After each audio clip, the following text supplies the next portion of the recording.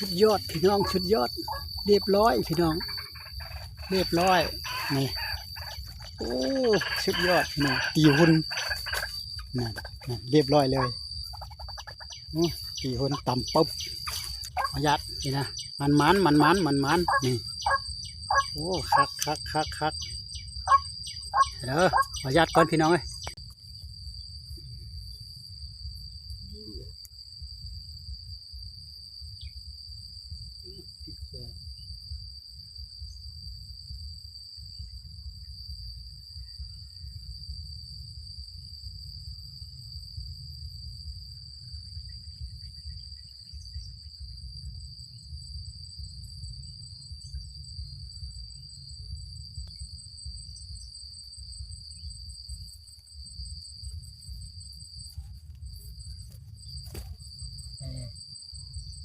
พี่น้อง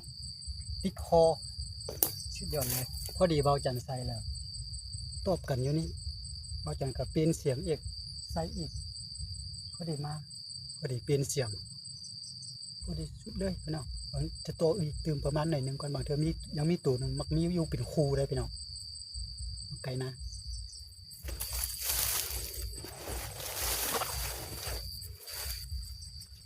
หลานนะครับผมคืนตัวนี้ในสบเต็มที่2ละ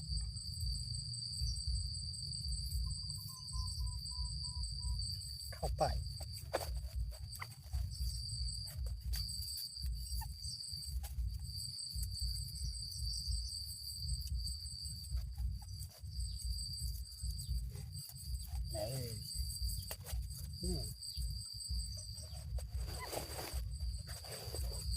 ตัวอีกก่อนบางเทอยังมี2ตัวก็ไปจัก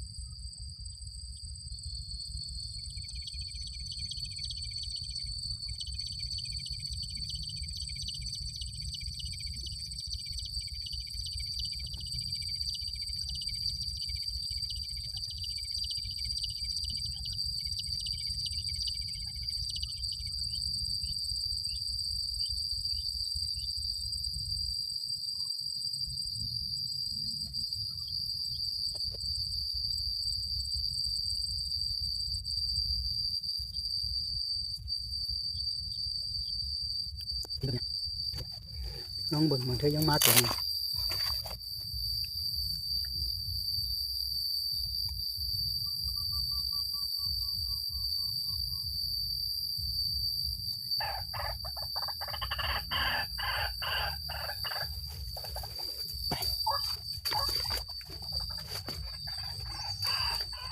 มาตัวนึงก็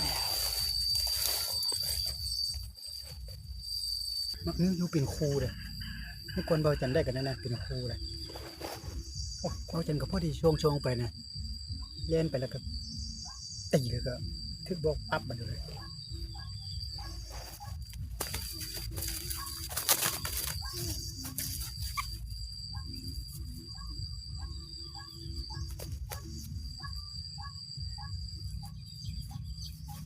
มาแล้ววันนี้งานนกไก่นา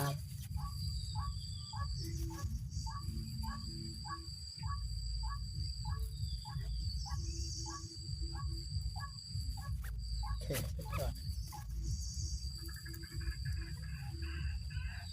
เอาขา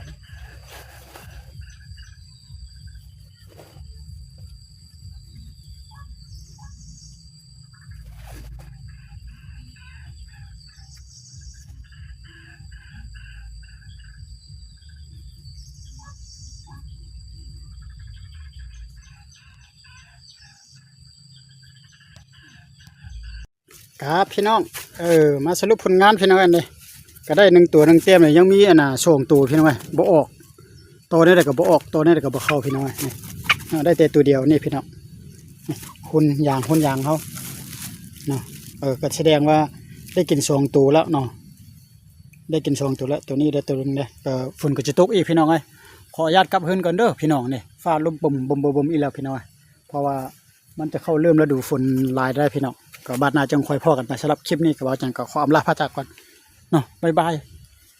ฟ้าห้องบักแห้งๆได้บ่ต้อมอยู่ได้เมื่อกี้ก็ได้เอากลับก่อนพี่น้องฝนจะห้ำหัวพี่น้องบ๊ายบาย